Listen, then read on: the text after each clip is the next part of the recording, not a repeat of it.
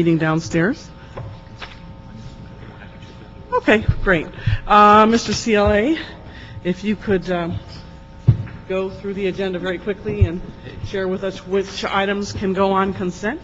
Good morning, Madam Chair. Rafael Prieto with the CLA's office. We have a 7-item agenda. We'd like to recommend for consent items number 1, 2, and 4. Item number 1 relates to a local enforcement agency grant to the EAD for $50,000 approximately. Item number 2 relates to a tree planting grant to EAD for approximately $350,000. And item number 4 relates to a grant of right between DWP and the Board of Public Works related to electric distribution station.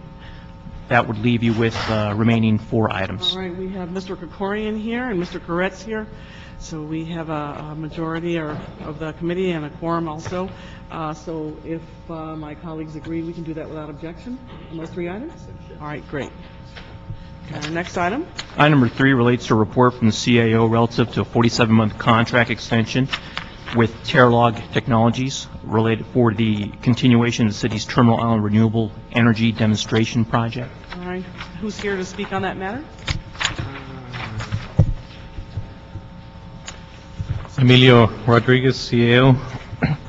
The tire project, Terminal Island Renewable Energy Project, involves the injection of Class A biosolids into abandoned or depleted oil reserves as an alternative to land application and land disposal. The original contract was executed in 2006 and amended in 2007 to develop infrastructure for the project and to include project startup and testing. The second amendment will allow for continued operation and testing to determine project viability over the EPA 5-year permit period. The EPA permit was granted in November 2006. The amendment also includes a patent license agreement that grants the city a license to all rights to the vendor's present and future technology that's utilized toward the tire project. The incremental funding cost is $19 million over the 47-month proposed period. Funding is provided from the Sewer Construction and Maintenance Fund, which is a special fund, and is fully budgeted. Any other comments from staff? We've never seen that. Okay. Is the disposal of the biosolids at the tire project more cost efficient than land application of the biosolids at the Kern County farms? And can you just share with us what the comparison is of these disposal options in terms of efficiency and savings? Good morning, Councilman or Council members. Mark Starr, Senior Engineer at Hyperion. Pull it closer to your. My name is Mark Starr. I'm Senior Engineer at Hyperion Treatment Plant. My colleague Emmanuel is the Biosolids Manager at Hyperion. Regarding the costs, Green Acres Farm is our lowest option right now. Part of our biosolids management strategy is to diversify into other areas, other alternatives, so that if one of our alternatives becomes unavailable for any reason, we can rapidly shift into these other areas.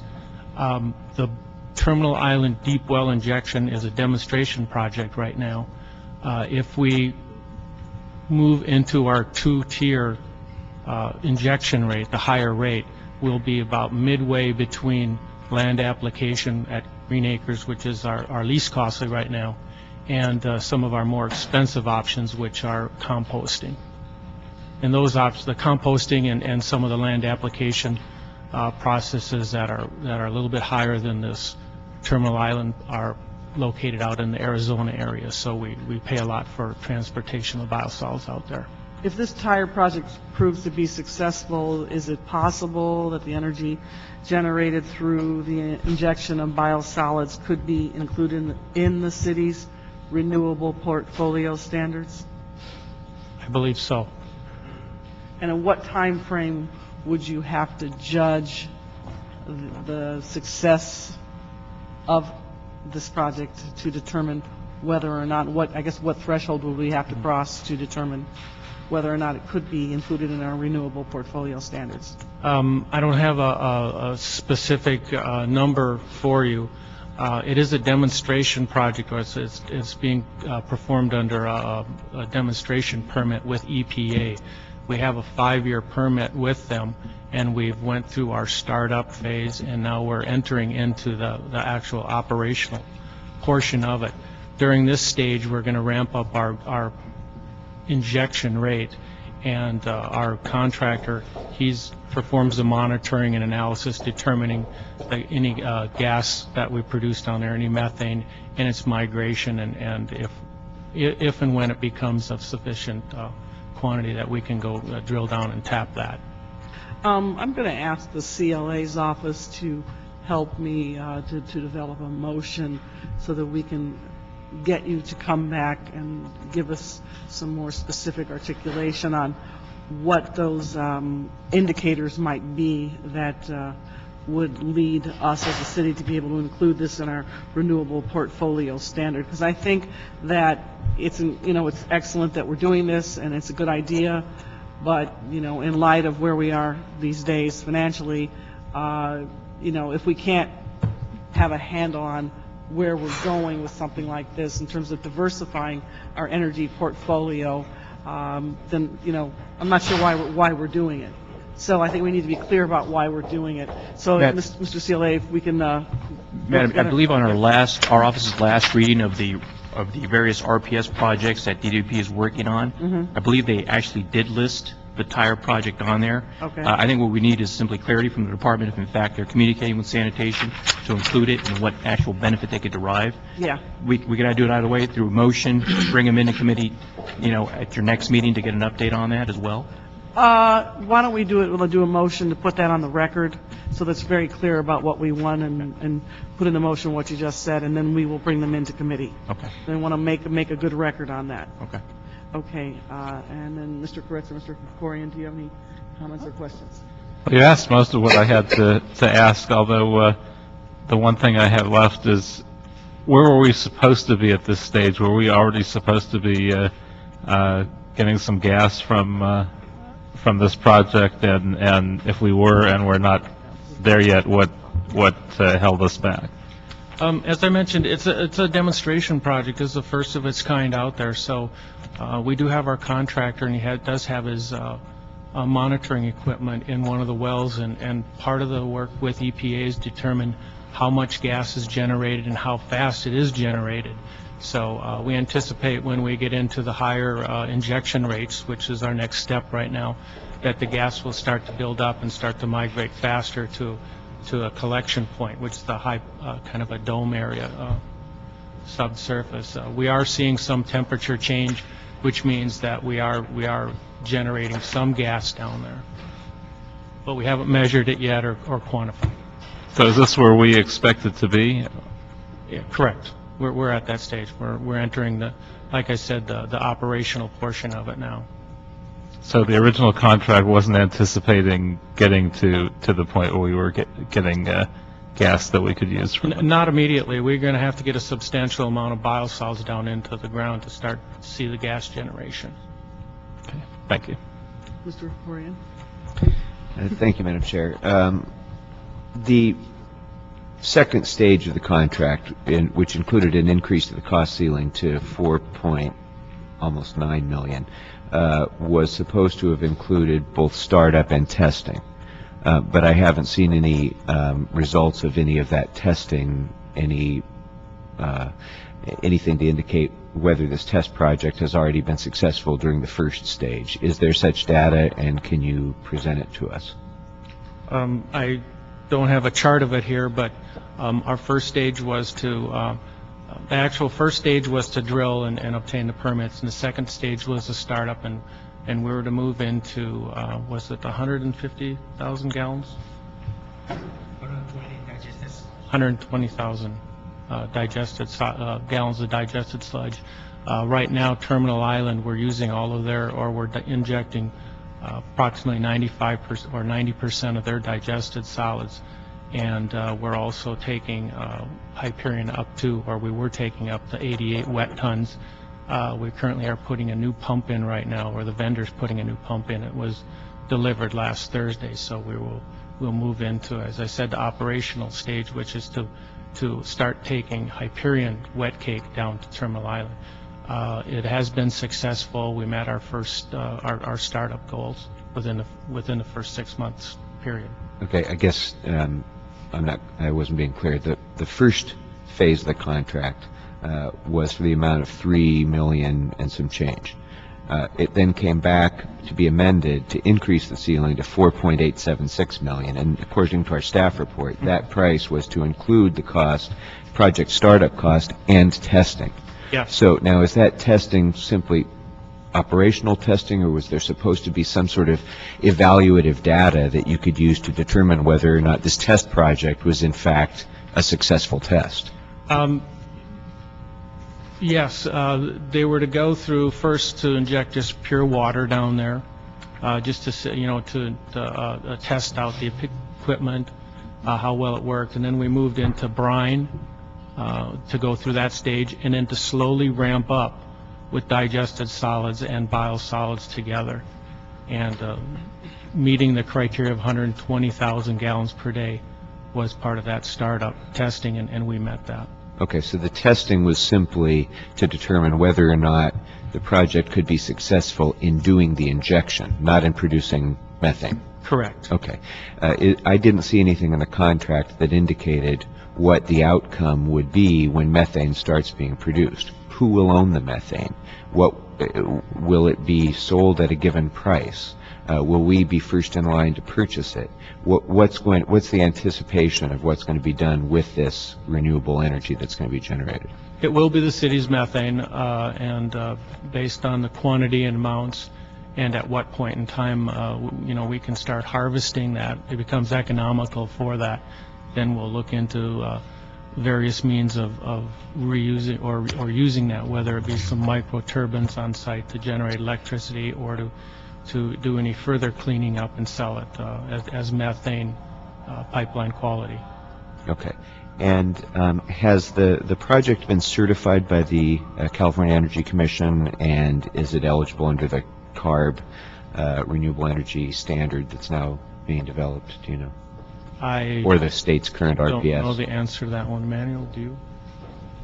Okay, when we come back with that, it's going to be important to know, especially whether it's eligible under the state's RPS, in that, the new RPS is likely to include municipal utilities as well. So we'll need to know whether there's eligibility there, and especially under CARB's new standard that they're developing. Now, is this injectable? Is the biosolid that is being injected, is that elevated to an exceptional quality level before it's injected? So we're comparing apples and apples when we compare it with the spreading at Kern? It does not have to be. We don't have to meet Class A EQ for this, so we can actually... So that's a cost savings then for the injection program? In fact, it's a huge cost savings for the Terminal Island treatment plant, because we do not use their centrifuges to dewater it, nor power or electrical to get to that extra point. So there's immediate cost savings reusing Terminal Island biosolids, as well as no trucking costs. Okay. Now, one of the things that was to have been tested in this next phase of the contract with this amendment would be the risk of, or the potential containment of the material that's ejected. Can you talk about some of the risks that we're trying to rule out there? Does it involve groundwater contamination, or what are the risks that we're trying to evaluate there when we consider containment? Yeah, one of the main risks, I think, is the groundwater contamination. Well, it's not a risk that we're monitoring for that, our contract monitors for that, and it's just to make sure that we don't migrate upwards. We go into a sand layer that has rock below it and beneath it, and that's the injection layer that we're into right now, and we do monitor, and he has temperature sensors and other gauges down in the well to measure migration, whether we sometimes if they want to let's say fracture one of the rock formations to go into another layer, but we do have all sensors, or he has sensors down there and measures that, and it's all reported to EPA. That's one of their big issues that they're looking at, to make sure that this is a technology that can be controlled and has measurements and analysis on it to make sure that everything is going according to plans. Are there any other test projects like this anywhere else in the country that are being done? Do we have a track record that we can look to see how this is likely to go? Not with biosolids. We're the first ones. That's why we have a demonstration project with EPA, and they're watching it very closely. We're required to do more data, take more monitoring data than is typically done with even some other sites that may inject hazardous waste down site, or other drilling materials, muds and whatever. Thank you. All right, Mr. Cardenas. Yeah. You keep saying that we're the first one in the country. Are we the first one in the world, as far as you're aware of? Yes. Really? Interesting. So whose technology or whose strategy is this? Was this a department strategy? Did we get approached by some nutty professor somewhere that said this stuff is really great, nobody's tried it, you're a perfect, municipality to do this? You've got the facilities, you've got the waste, you've got the engineers. Come on, help me out here. How did we arrive at this demonstration project? This was in response to an RFP that went out in 1999. So this has been a long time coming to the city, and a lot of work that went into it.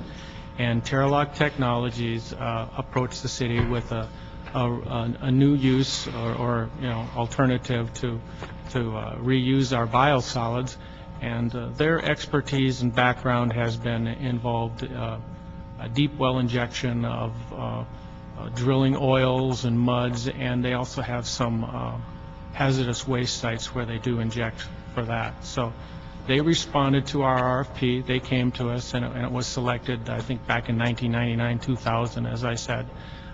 We went through quite an extensive period with time frame with EPA to come up with the demonstration project and to develop the project for their experts, EPA experts, and our consultant to come up with a plan, a strategy to do this demonstration project. And we were granted, I think, the EPA demonstration permit, I think in 2006 or 2005. So the RFP was basically, please give us your wonderful and innovative ideas, or the RFP was specifically having to do with turning biosolids into energy? I believe it was both of those. One was, we were looking at new technologies out there other than the traditional land application or the composting, and it was to look at renewable energy. I think we did have some thermal people that also responded with dryers and whatever. So this was the new technology portion, that all the municipalities and agencies were looking at and moving into. Okay. So what led us to believe that this could actually be a viable, usable product or project once we're done? Did anybody do some cost analysis on it, looking at the first $3 million and the next $19 million, and looking at what the cost savings is for alternative efforts that we were using in the old days, and what we would do with this, and whether or not there would actually be a cost benefit of every kind? Now we look at cost benefit when we talk about carbon footprint, and we also look at cost benefit when it looks at what were we spending our money on before. Can we save some money here? Does it make it economically viable to produce this methane and then go ahead and sell it, or are we just going to use it on site? Is it just a wash? I want to answer that by saying this is part of our biosolids strategy, and in doing so, there's a cost associated with reusing our biosolids at whatever option we look at. This was a new technology that looked at with the possibility and the potential of producing gas for later extraction or capture by the city and reuse of that. Most of the initial information and the cost benefit was associated with how comparable this technology would be to some of our existing biosolids options, with the availability of conducting this operations within our region, rather than going outside to Kern County or Arizona, and with Measure E in Kern County, and the longer travel times up to down to Arizona, this option now becomes much more cost beneficial from the standpoint of the least amount of trucks on the road and the lower hauling costs. Yeah, it'll appear to be on the surface, but the thing is, perhaps what the department can do or should be doing is looking at the ongoing dynamics of the markets and how they're changing and how it's cost effective according to what's going on in 2005, how it looks up against that, whether it's cost effective looking at what was going on in 2009 when it comes to realistic costs and what it would cost in order to move to this new method, and then what the projections are is into the future, what the cost benefit would be, if any at all. And then in addition to that, I would think that if EPA is watching and we're the first ones in the world to do this, I can only imagine that there's got to be some grants, at least from the federal government, I would think, that we could utilize to supplement this effort. Does anybody know anything about whether or not we're supplementing our effort with any federal money or anybody's money? We did, actually, Terralog submitted a request for grant reimbursement as part of the deep well injection. I was thinking ERA, ERA. the Recovery Act.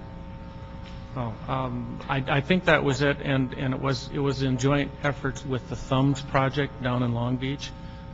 They did get a grant to, I think it was to reimburse up to 90% of the drilling of 2 wells. 1 well will be at the Terminal Island site. So we did receive, or Terralog received grant funding for reimbursement of that 3rd well, which the city would have paid for. That was already in part of the contract ceiling for the 3rd well, so that will not be taken out of this contract. So Money. when the contractor gets a grant, basically that supplants money that we would have had to pay for, dollar for dollar? We would have paid for the drilling of the 3rd well, and now it's going to be reimbursed by that grant. I think it's 90%. Okay. I can only imagine that when you look at this presidency and you look at the concentration on carbon footprints and the fact that there's a lot of dialogue coming out of Washington as to whether or not they're going to be willing to utilize federal funds for projects such as this, I can't imagine that there's no one at the department who could answer the question as to what the potential for funding is during the current climate coming out of Washington. So you probably don't have those answers right now, but you're going to need to give us those answers because it would be very unfortunate if we passed up that kind of opportunity. As it is, Los Angeles and California doesn't get anywhere near its proportional share of those kinds of grant dollars and federal funding. So it's incumbent upon the department and the mayor's office to work Washington and make sure we get some funds. And if it doesn't look like we have some funds directly available through the formal grant process, there's the simple unadulterated pork process in the budgeting process annually. And regardless of what you might hear during campaigns, regardless of what you might be hearing on the news, it's never going to end. Congressional members, U.S. senators, they constantly are bringing money to their state, to their local jurisdiction, and it shouldn't be lost on us to get one of the local congressional members from out there or representing Los Angeles to put just a simple earmark in the budget for our project. Mr. Alarcon? I would just sort of embellish Mr. Cardinal's comments by mentioning the ERA funding, which is the stimulus money from the federal government. Jim Clark in the mayor's office is our sort of quarterback to analyze all the grants that are available from the federal government. And I agree with Mr. Cardenas. I have to believe that there's something And the list is endless. I mean, literally hundreds and hundreds of grants, but you have to align the grant opportunity with the project, or vice versa. And somebody should be talking with Mr. Clark to see if there's any applications either in the mix or on its way. Because if you pass the deadlines, then you miss, and you can't go back. I mean, 1 month it might be a reforestation, and the next month it might be, libraries. Although I know they're not doing libraries.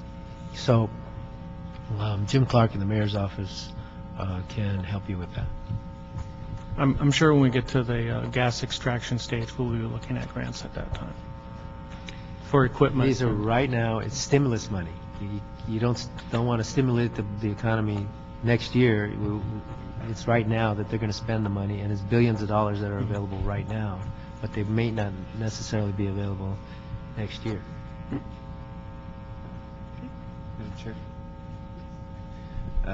Just one other thought, building on Mr. Cardenas's point.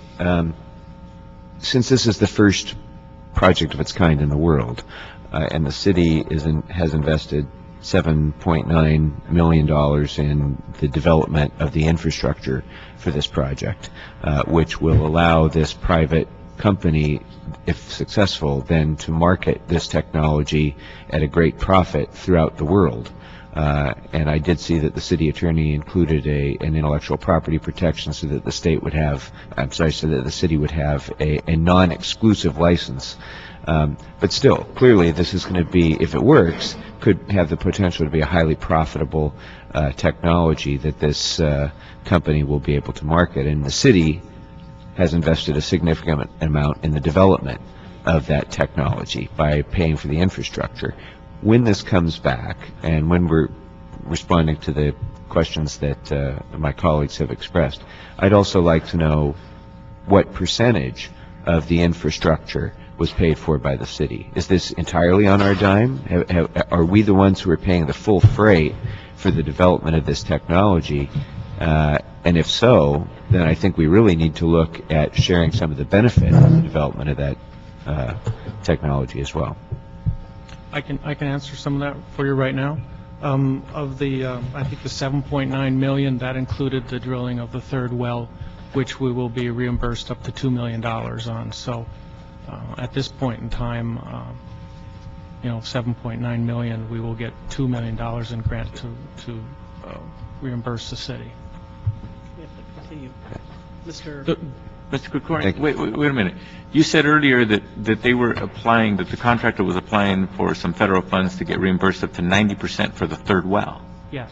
And you just said that something about 7.9, but getting reimbursed 2 point something? When we were, the 7.9 million that we had budgeted for to get through the startup and into the first operational phase, and that's listed, I think that's actually we're probably only about 4 million or 5 million into it, but there is a reserved amount of money, 2.5 million in the capital fund for drilling a third well, and that's all included as part of this contract ceiling. Okay. So hold on. We'll be backing that out of that. So basically, the third well costs about 2.5 million for the third well by itself. Yeah. Because the application is only to get reimbursed for 90% of the third well.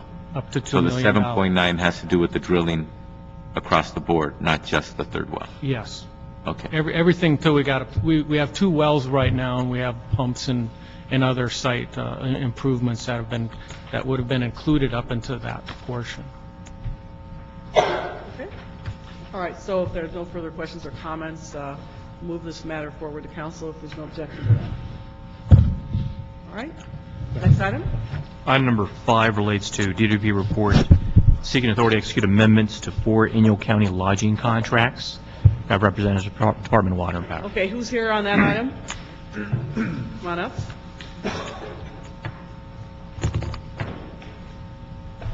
Good morning, Rhoda Lukianic, the Department of Water and Power. Okay. This item involves a request for additional time and money for contracts with hotels in the Inyo County. This is in the Owens Valley. Historically, the expenditure's been relatively low, depending on what kind of activities fluctuated up in that area. But we're currently projecting excessive usage due to some projects that'll be forthcoming. So those include the Owens Lake dust mitigation project, the wind farm up in the area, and also the rebuilding of a hydroelectric facility up in that area. Okay, so let's see, if these projects complete by 2012, is there going to be a need to extend these contracts beyond that period? We'll actually be working with the operating divisions that are in charge of these projects to make sure that we're following what their usages are and whether we need to extend or not, but we're hoping. Just a quick answer, do you have a process in place for choosing these hotels, motels, and if so, can you just tell us in a few quick sentences? We more or less have contracted with these hotels before. Up in these areas, there tends to be limited availability. These are the ones that have the highest usage. There have been some complaints about some facilities, the cleanliness, et cetera. So, we've tried to address those, and these are the ones that have the highest usage. But there are limited availability in the area. Questions or comments? Mr. Alarcon, Mr. Cardenas, Mr. Coleman, Mr. Correct? Yeah, it seems like a relatively large amount of money. I'm wondering whether there aren't other housing alternatives that are less expensive, like renting a few apartments long-term.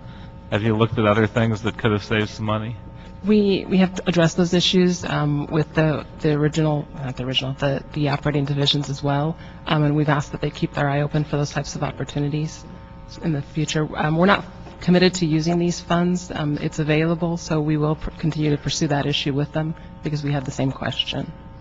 Well, just looking for opportunities doesn't sound good enough to me. Have they actually gone out and compared the cost of renting apartments long-term? I can help with this because I actually was on the Inyo County Authority for a while, and I have been up there many, many times. I'm going up there again at the end of this month. There really aren't a lot of housing options up there in terms of motels or hotels.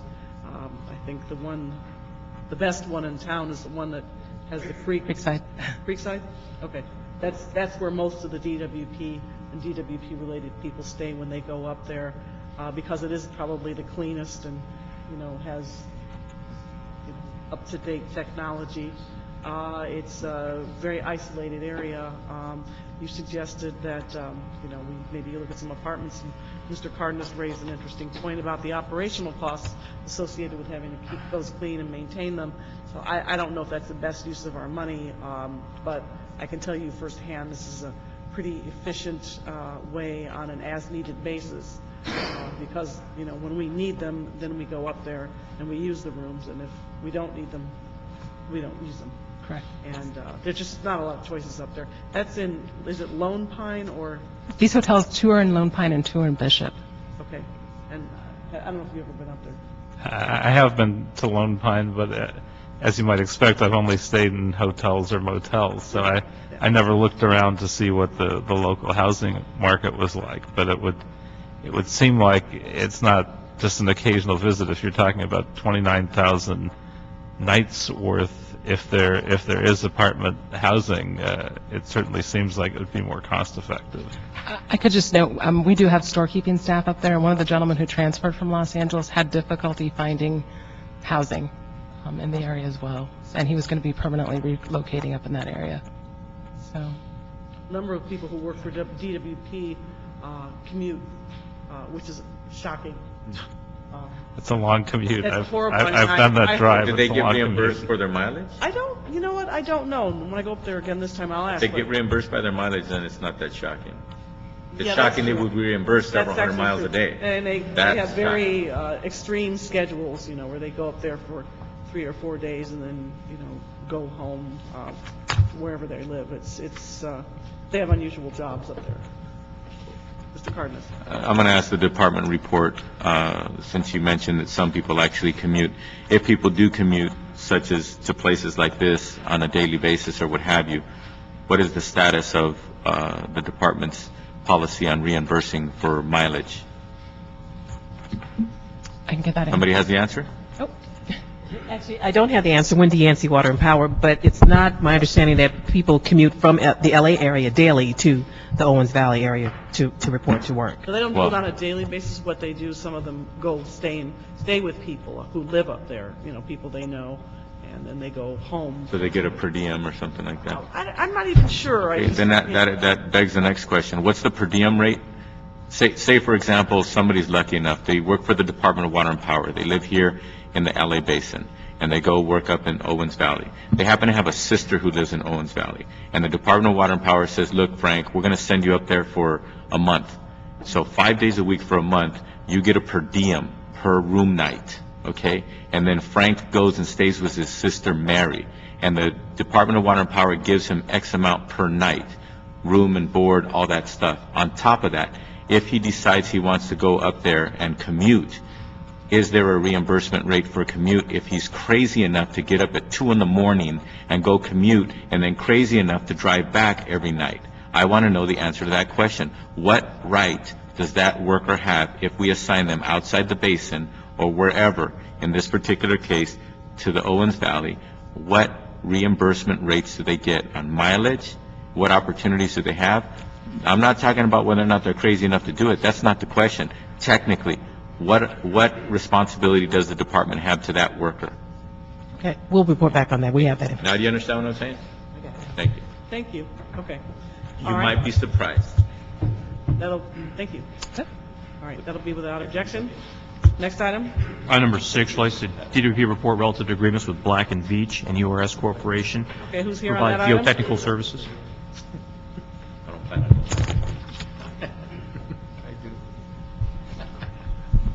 My name's Glenn Singley, Director of Water Engineering and Technical Services for the department. This is for actually 2 contracts, one with Black and Veatch and one with URS. Black and Veatch will be doing the geotechnical services for $9 million for initial 3-year term plus an additional 3 plus 2 to cover through the construction time period of the project.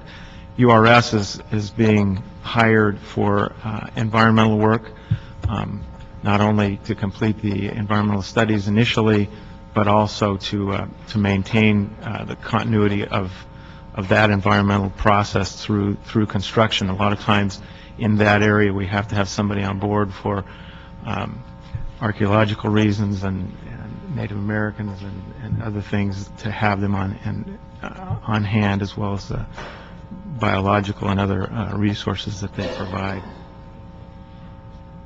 Okay, great. Anybody else? I just want to ask a couple of quick questions. I know these agreements are needed because they're associated with is it North, how do you pronounce it? Haywee Dam. Are there seismic concerns related to the dam? There are.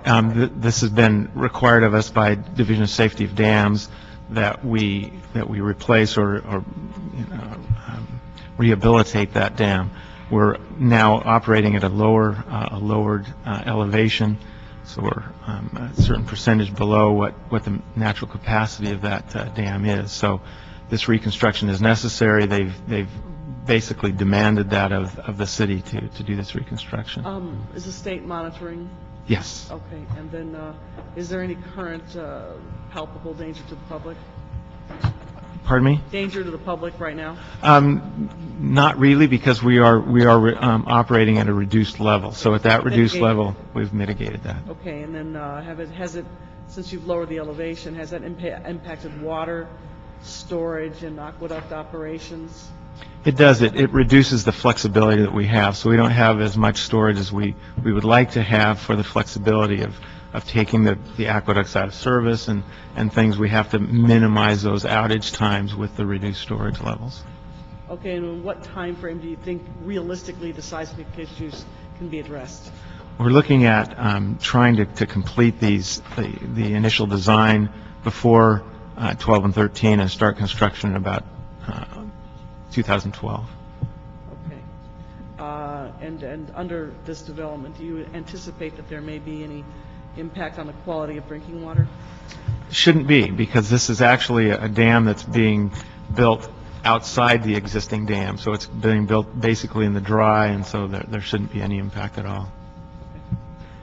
Questions, comments from colleagues? All right, so, Recommend approve? Recommend approve? yeah.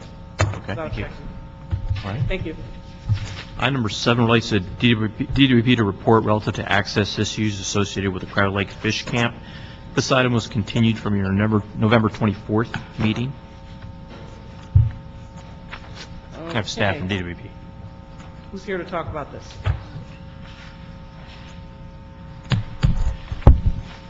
All right, now, we did hear this item on November the 24th, 2009.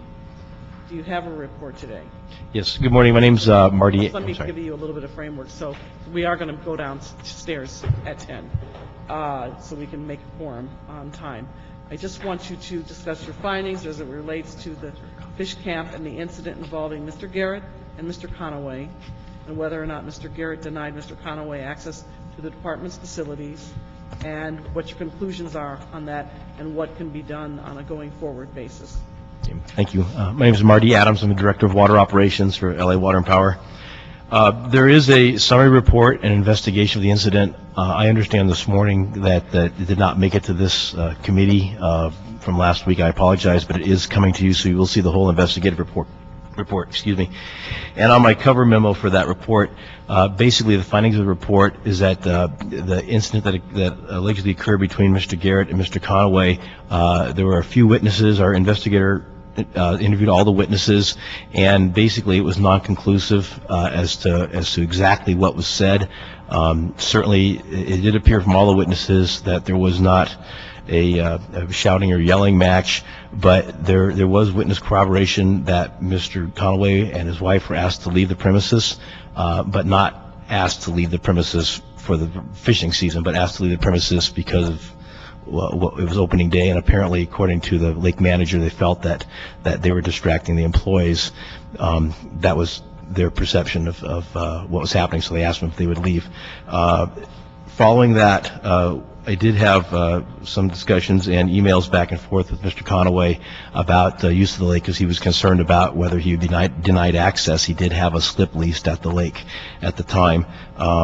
In May, late May and about mid-June, I did send emails to him reiterating the fact that I did not expect there to be any access issue, and that he'd be welcome to use the lake, and that if he had any problems to let me know. He did email me back and express concern, and I want to make sure there's not an issue.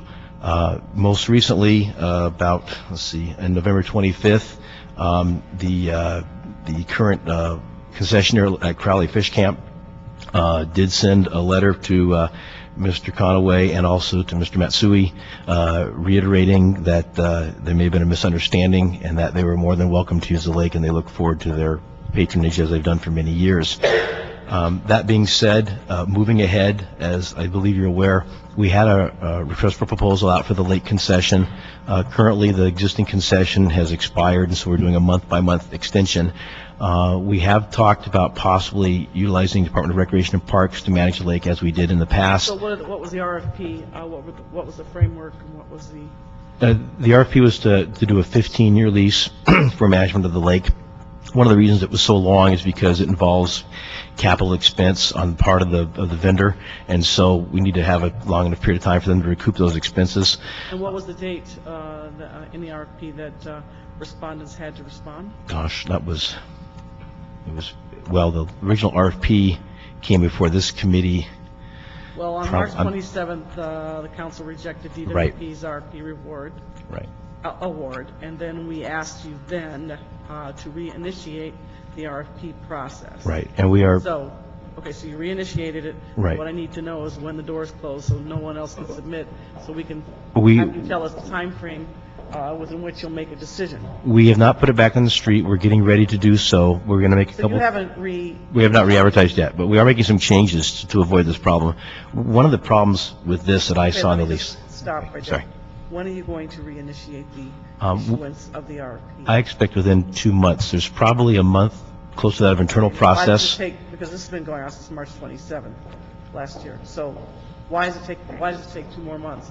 Part of it was some changes that we were looking at what we needed regarding quagga mussel inspection. And also, honestly, we had, to decide how to move ahead because we only had 2 parties. And I needed to come up with a process that I could fairly vet the parties. One we're currently involved with in a business Do relationship. you have a city attorney working on this with you? Yes, yeah, we have. Okay, you know what I think we ought to do? Let's put it back on the agenda and bring the city attorney with you the next time, and let's get more detailed on it, because this is just it's hanging out there in space, and it doesn't need to, it's not that complex of a situation, and I think we need to move it along. So bring your city attorney with you, Mr. CLA, if you can put this on the next agenda. Okay. Okay? All right, if no one objects, thank you. Okay, thank you. Great. All right. This marks the end of our agenda for today. This is the time for anyone wishing to comment on items that are not on the agenda. Public comment period is open. And you can come forward now and speak at the table. Seeing that no one is coming forward, the meeting is adjourned. Thank you very much. Thank you.